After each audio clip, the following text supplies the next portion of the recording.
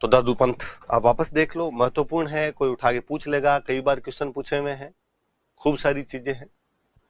अहमदाबाद में जन्म हुआ, लोधीराम नाम के ब्राह्मण ने पालन पोषण किया, ब्रह्मानंद जी, वर्धानंद जी या बुढ़न बाबा इनके गुरुजी थे।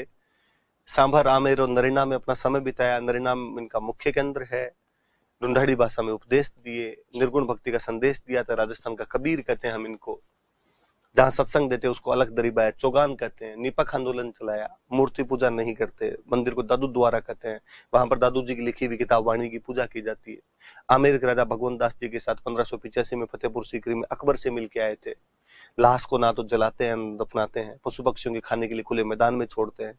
दादू जी की लाश बेहराना की पहाड़ी में रखी गई, जिसको दादू खोले दादू पाल का कहते हैं। 152 टोटल शिष्य थे, उनमें 52 मुख्य थे जिनको 52 स्तंभ कहते हैं। नरेना में फाल्गुन शुक्ल पंचमी से एकादशी तक मेला लगता है। वे लोग जो नरेना को मानते हैं वो खालसा है, जो घर बार छोड़ गए वो विरक्त है, जो उत्तर की तरफ चले गए उत्तराधे है, जो भस्म और जटाएं रखे वो खाकी है। सुंदरदास जी के चले जो हथियार रखते थे वो नागे।